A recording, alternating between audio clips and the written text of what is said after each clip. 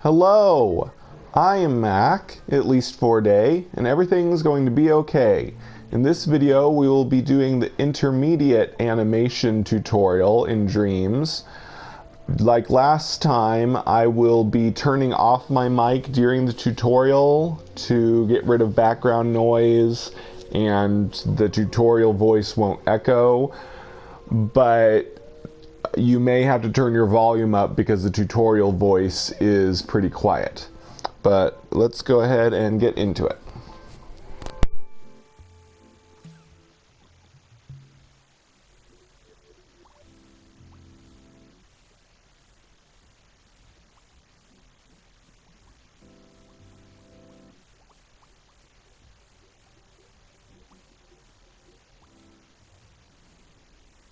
You might be able to animate wobbly platforms with the action recorder, but keyframes are where animation gets serious. Nice try, Cuthbert, but leave the dream shaping to the experts. We're going to use keyframes to animate the platforms so Connie can reach the exit. A keyframe records any changes you make to an object, such as its position, tweak menu settings, or anything else you can think of. Then it stores those changes in a gadget that you can switch on and off. Okay, let's use keyframes to help Connie get across those platforms. First, go to the assembly menu. If it's closed, press the square button to open it. Look for the Animate button, which has a clapperboard icon, and click on that. Start by selecting the keyframe gadget, which is the one with the diamond and the plus sign. Then stamp it in the scene above the first gap.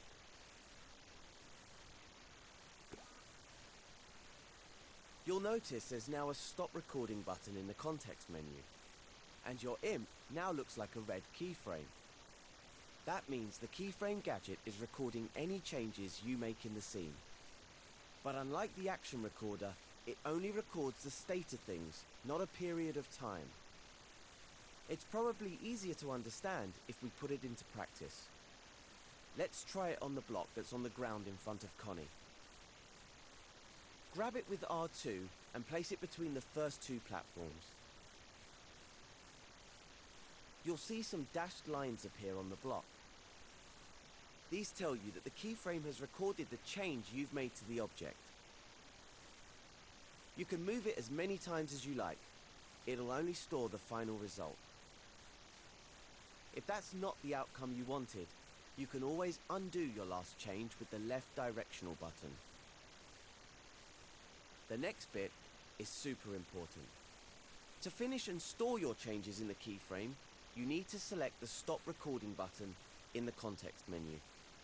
Select it now and see what happens. That's right. The block has snapped back to its original position. That's because the keyframe isn't active right now. But we can still see what's recorded by selecting the gadget with X. There, the block is back to where you moved it. You'll notice the keyframe doesn't record how things moved, just where they moved to. Make sure you deselect the keyframe before moving on. You can do that by pressing the circle button. In the next step, I'll show you how to use your keyframe in the scene.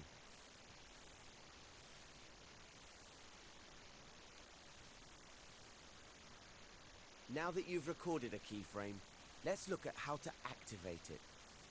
See the trigger zone above the first platform? Select it with X to check its area of effect. Okay, it looks like the zone stretches across the whole gap.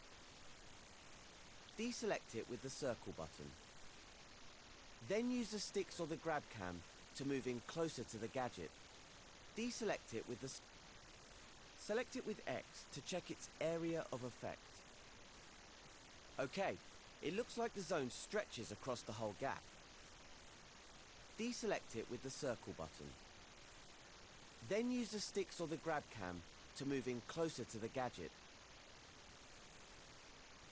You'll notice an output port on its side, labeled Detected.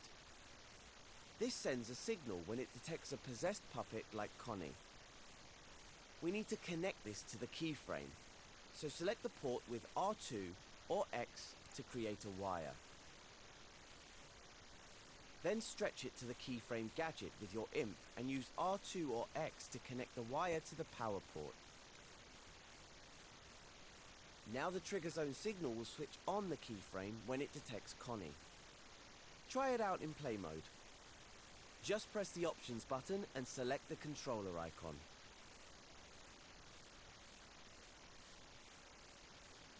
See, as soon as Connie enters the trigger zone area, the block springs into place. Well, it works okay, but the animation's a bit fast, don't you think? We can do something about that after you take Connie across. Head back into edit mode, rewind time with L3, and I'll show you how to add smoothing to the keyframe in the next step.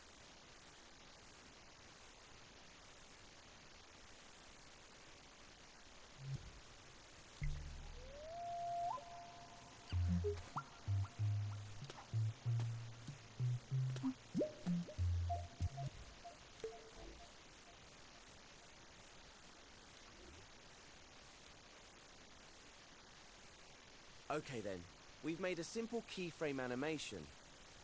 Now it's time to smooth it out and make it look better. Like almost everything in Dreams, keyframes can be tweaked. So open this one's tweak menu, hold L1, then press the square button over it.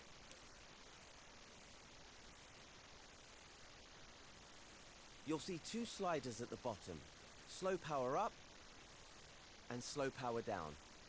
These determine how long it takes for the keyframe to turn on fully. Hover over the slow power up slider now and hold X. Then move your imp to the right to increase the value. Let's set it to 1 second for now. You can set slow power down to any value you like. Then close the tweak menu by selecting the cross icon in the corner. Or you can hold L1 over the menu, then press the circle button. Let's see what that looks like in play mode.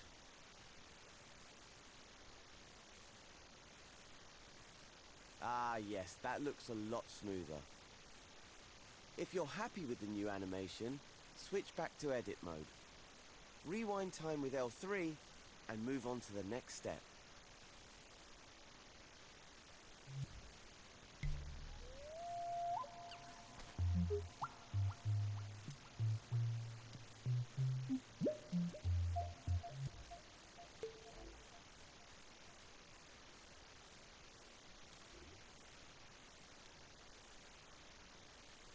It looks like the bridge across the next gap has collapsed.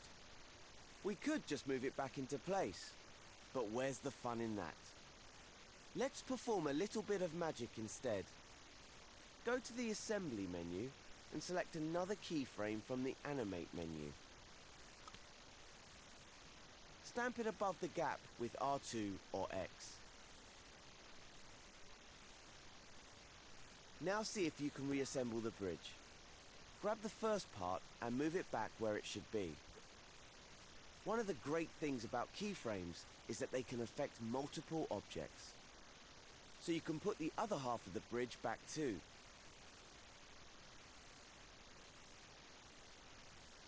Then select Stop Recording from the Context menu to store your changes.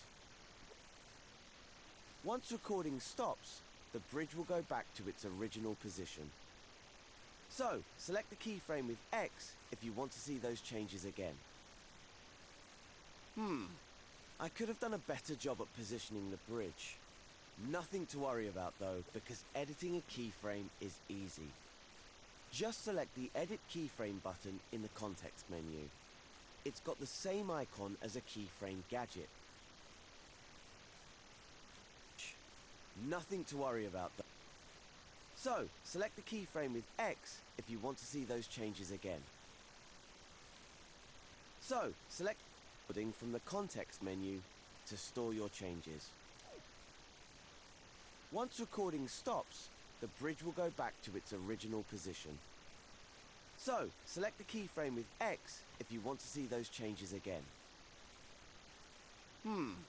I could have done a better job at positioning the bridge.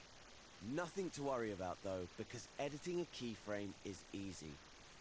Just select the Edit Keyframe button in the context menu. It's got the same icon as a keyframe gadget. This allows you to make changes to the keyframe. You can remove things from a keyframe by pressing the triangle button over them. And now the bridges are back on the ground. Let's put them back into place, but this time, make sure they're a bit straighter. Remember, when you're grabbing things, you can realign them by pressing the triangle button. There we go, much better. You can select Stop Recording again to finish editing this keyframe. Then move on to the next step when your bridge is in place.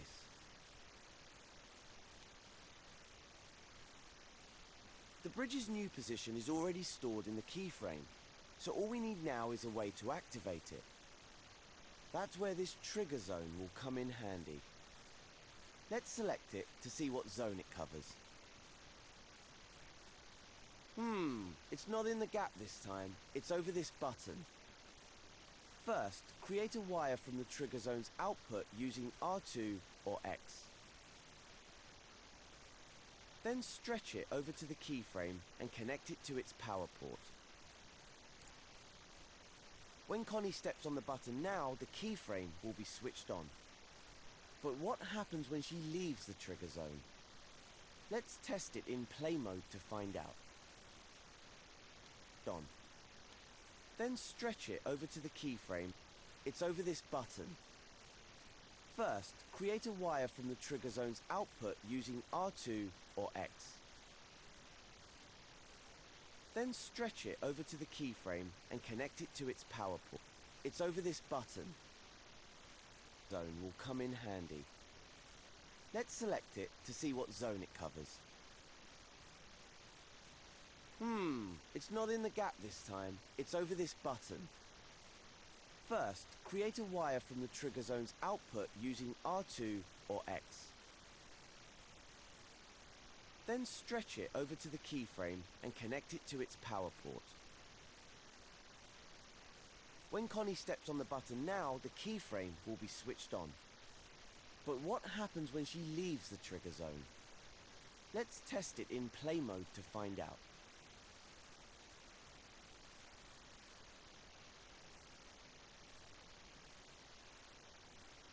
Just as I thought. When Connie moves away, the keyframe switches off. Let's head back to edit mode and see what we can do about that. Of course, we could just move the trigger zone into the gap, but this is an animation tutorial. So let's see if we can use the keyframe's tweak menu to fix the problem. Open it now with the L1 and square button shortcut and have a look at the options there. Hovering over the buttons will bring up their names. The one we're interested in is called Keep Changes. With this option turned on, any changes made by the animation will be permanent. So once Connie activates the keyframe, the bridge will stay in its new position until you rewind the scene. Since we're already in the tweak menu, let's add some smoothing to that animation. I think I'll set it to 2 seconds this time. Okay, time to close the tweak menu with L1 and the circle button. Then try out these changes in play mode.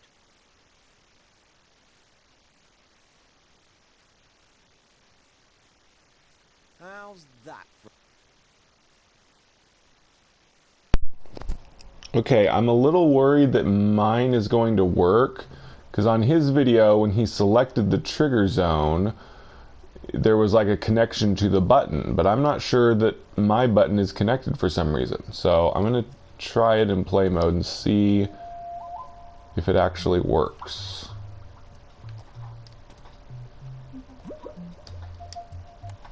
Okay, good. Mine does work. Okay. I was afraid that it wasn't actually connected. I don't know why the connection to the button wasn't appearing, but oh well.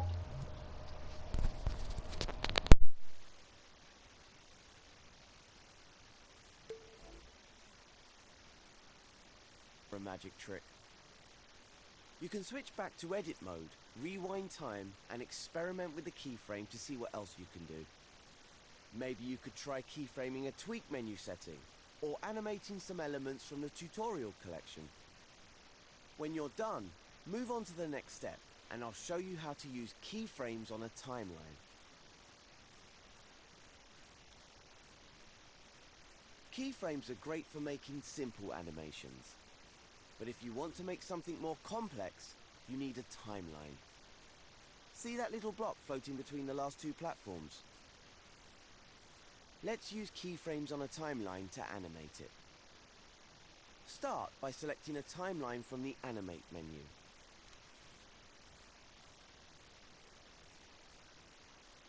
Stamp it down somewhere around the last gap. Then you can use the circle button to unequip the gadget. Now open the timeline, hold L1 over it and press X. This is the timeline canvas. You can move the canvas with your imp by grabbing it with R2. The numbers along the top are seconds, and you can see it set to 8 seconds by default. If you grab the edges with X, you can extend or shorten the canvas. Try setting it to around 6 seconds. If you ever need extra space to add more things, you can also extend the bottom of the timeline. Once you're comfortable with moving and resizing the timeline canvas, move on to the next step and we'll start adding things to it. Now, it's time to animate the floating block. Get a new keyframe from the Animate menu and stamp it in the scene. Now grab and move the block to its starting position at the edge of the platform where Cuthbert's waiting.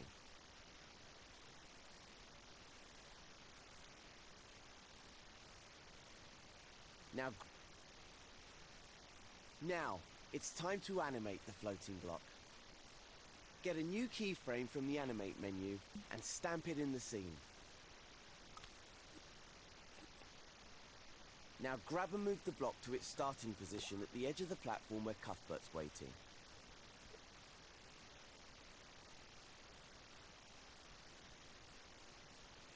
Once the block's in place, remember to press the Stop Recording button in the context menu. Now, grab the keyframe gadget and move it over the timeline. The gadget will snap to it. Now, grab the keyframe gadget and move it over the timeline. The gadget will snap to it. Place it at the very start of the timeline. Then get another keyframe from the Animate menu. We'll use this one to record the block's second position. This time, stamp the keyframe directly onto the timeline. Around the 2-second mark is good, on the same row as the first keyframe.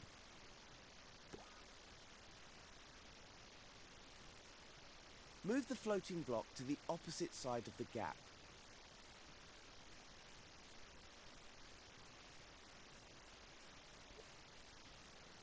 Now stop recording. Hover over the timeline canvas and play controls will appear. Using these controls, you can preview just the timeline without playing the rest of the scene. Select the play button to preview your animation. Just the timeline without playing the rest of the scene. Select the play button to preview your animation. Just the timeline without playing the rest of the scene. Select the play button to preview your animation. Just the timeline. Hover over the timeline canvas and play controls will appear. Using these controls, you can preview just the timeline without playing the rest of the scene. Select the play button to preview your animation. As you can see, gadgets are only active when the timeline's playhead is over them. So, when neither of the keyframes are switched on, the block goes right back to its original position. Now we need to edit the animation so the first keyframe blends into the second. To do that, open the first keyframe's tweak menu with L1 and the square button.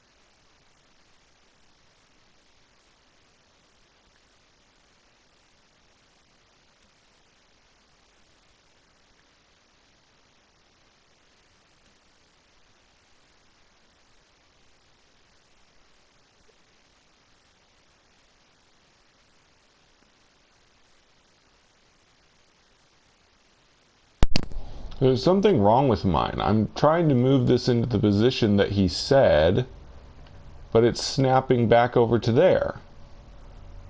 I must have done something wrong, but I don't know what. How do I make it stay over here?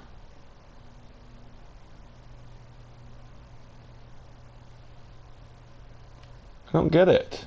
That's really annoying. Okay, I'm gonna try. I'm gonna take this keyframe out.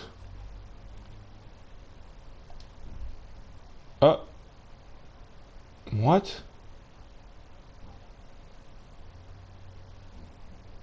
Now it's where I want it to be.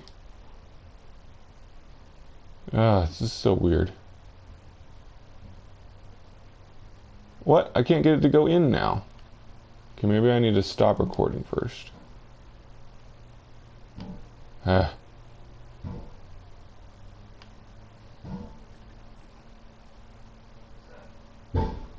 Okay, hopefully now it'll work.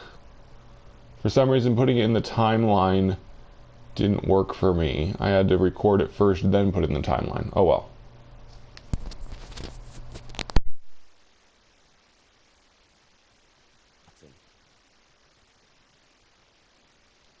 Tweak menu with its original position. Now we need to edit the animation so the first its original position. Now we need to edit the animation so the first keyframe blends into the second. To do that, open the first keyframe's tweak menu with L1 and the square button.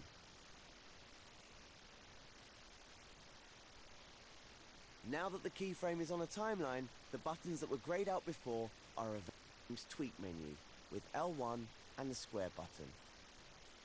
Its original position. Now we need to edit the animation so the first keyframe blends into the second. To do that, open the first keyframe's tweak menu with L1 and the square button.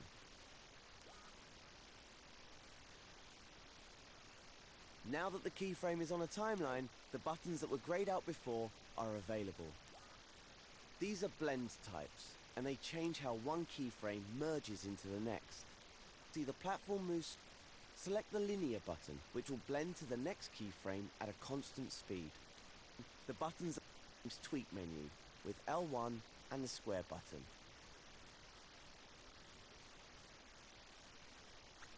Now that the keyframe is on a timeline, the buttons that were grayed out before are available. These are blend types, and they change how one keyframe merges into the next. Select the linear button, which will blend to the next keyframe at a constant speed. If you press the timeline's play button now, you'll see the platform move smoothly between the keyframed positions. Feel free to try out other blend types and see how they affect the animation. Then move on to the next step when you're ready.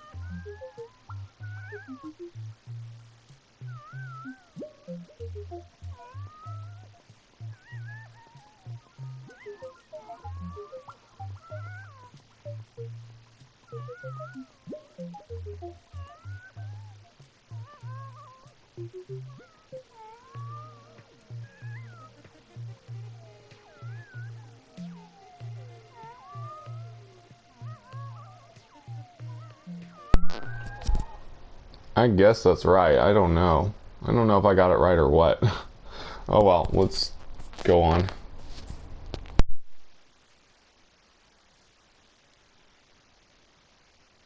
We've got the platform moving smoothly now, but we can still improve how it works. Let's begin by making it pause for a moment at the start and finish, so Connie has an easier time getting on.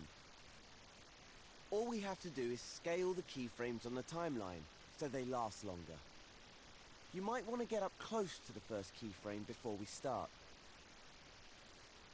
Now, with your imp over the keyframe, hold the up directional button to extend it. Then do the same with the second keyframe. Now that the keyframes are longer, the blend has become quicker. You can see it for yourself by selecting the play button under the timeline.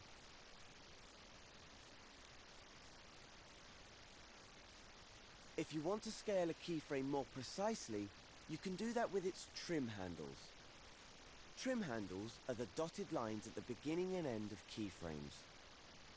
Grab them now with R2 to give it a try.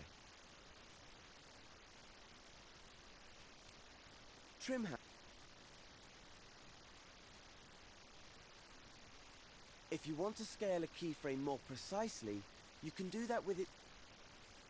Now that the keyframes are longer, the blend has become quicker. You can see it for yourself by selecting the play button under the timeline.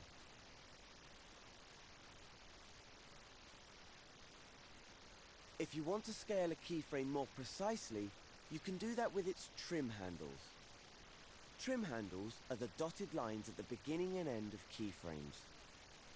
Grab them now with R2 to give it a try.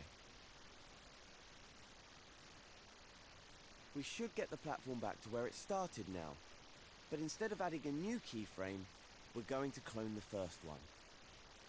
You remember how to clone things, right? Just hold L1 and grab the first keyframe with R2.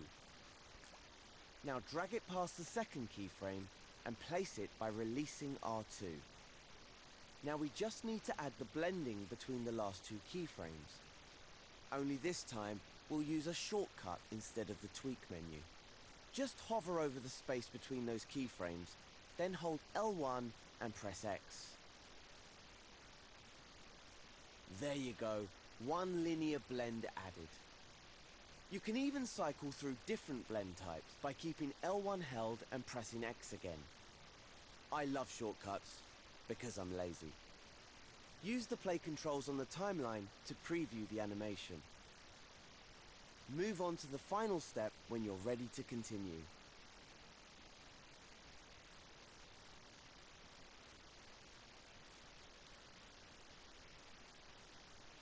Now, because there's some space at the end of the timeline where none of the keyframes are active, the platform just snaps right back to its original position.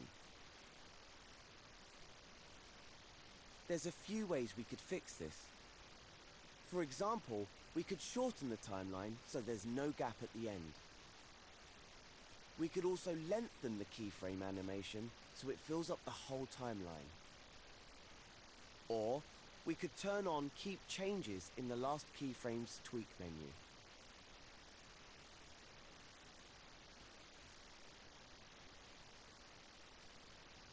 The last step is tweaking the timeline itself. So, hold L1 anywhere over it, then press the square button to see all of its properties.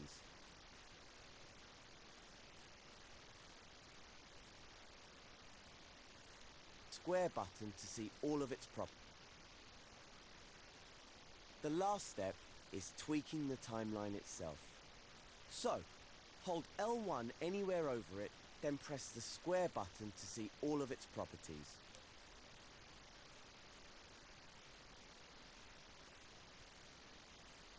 The playback speed makes it go faster or slower. But what we're interested in right now is the playback mode. When it's set to once, the whole timeline will play, even if it was only powered for a split second. When it's set to sustain, it will only play when it has constant power. It will stop when it loses power, Then resume from that point if it's turned on again. And if it's set to loop, it will repeat over and over as long as it has power. That sounds like the best option for this timeline, so select that one. Okay, it looks like we're good to go. You can close the timeline now by selecting the cross icon in the top right corner. Or you can hold L1 over the timeline itself, then press the circle button. Click L3 to rewind time and test out your changes in play mode. Once you're happy with everything, exit through the door to complete this tutorial.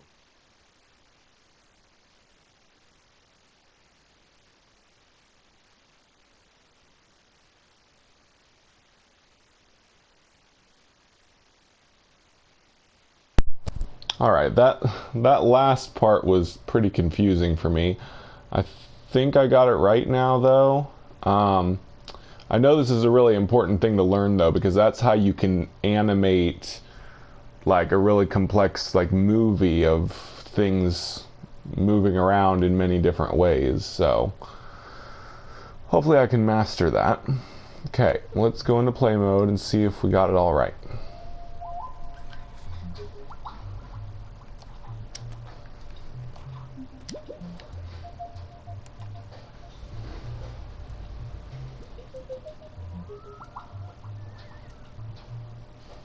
Oh, there's still a little bug. Ah! What?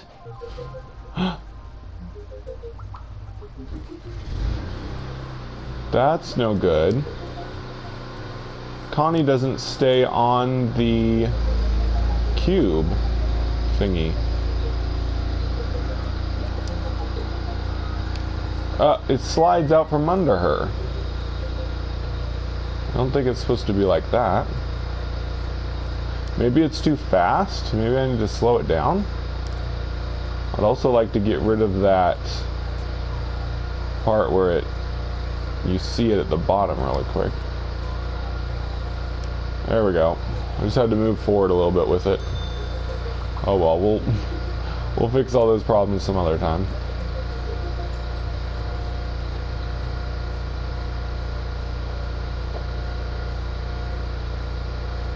Alright, that does it for the intermediate animation tutorial.